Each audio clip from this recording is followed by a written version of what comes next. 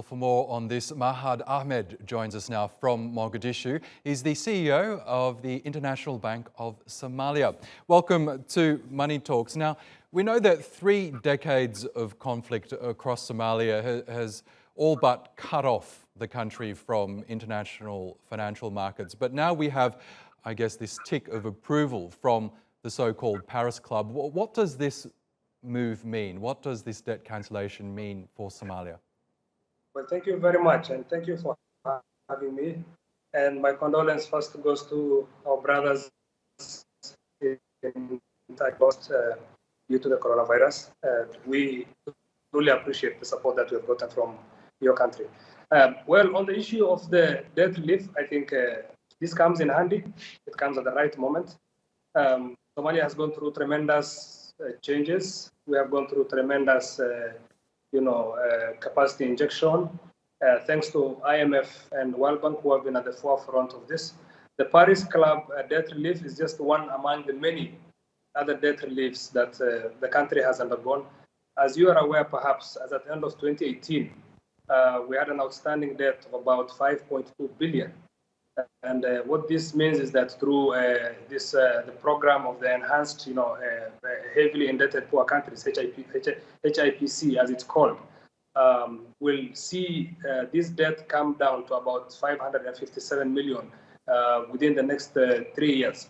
So what this basically means that it opens up room for Somalia. It opens up Somalia to the international community to have access to grants, to have access to finances, investment opportunities as well. And we're excited and really all looking forward to this as an opportunity to uplift our institutions, our people, and see us, better and strengthen our development as an economy. Now, as you say, Somalia had to jump through several hoops, meet several benchmarks in order for this debt relief to be granted. So the idea behind this move is to, as you say, open the country up to global financial markets, but also to foreign investment. But given the coronavirus outbreak we're seeing now, are you concerned that perhaps some of that investment may be delayed due to the pandemic that much of the rest of the world is fighting?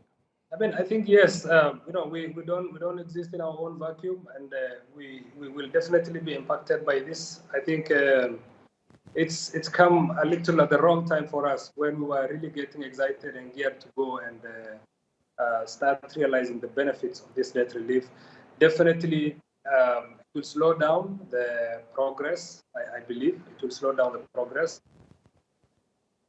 I'm sure the world's focus right now has shifted to maintaining this pandemic. So we'll definitely see perhaps this taking slightly much longer time in terms of realizing the real benefits. Okay, now in terms of the coronavirus outbreak in Somalia itself, can you explain to us how has the pandemic affected the country so far? So within the country, I think we've recorded minimal numbers. The data that we have as of now, the WHO data that we have right now, estimates about 3 cases in Somalia.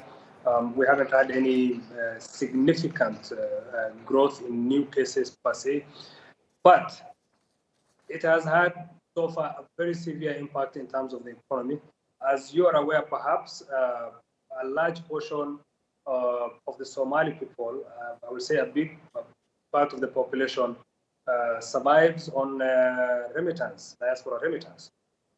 It's estimated about $1.4 to $2 billion per annum in terms of remittances coming into the country. So you can imagine when that gets cut off, because the people who are sending this reside in the US, in North America, in Europe, in Australia, and with the lockdown and people staying at homes, it means that these people are not going to work. So in a nutshell, then that means that they are not able to send the $300 or $400 or $500 back home to their relatives. Right. So then that means that their relatives who are here are now stuck and have no other means of support. So that is one way it has affected us.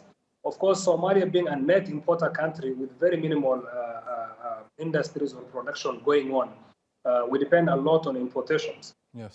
That again has really hit us in terms of price increases, in terms of reduction in production by most of the countries that we were depending on for imports. So as much as we don't have many cases in the country per se, as much as more or less we're moving freely compared to other countries and we're going around our businesses, we've had this severe impact, the slowdown on diaspora remittances, and also importation being affected at the same time. Okay, Mahad Ahmed, CEO of the International Bank of Somalia, thank you again for joining us on Money Talks.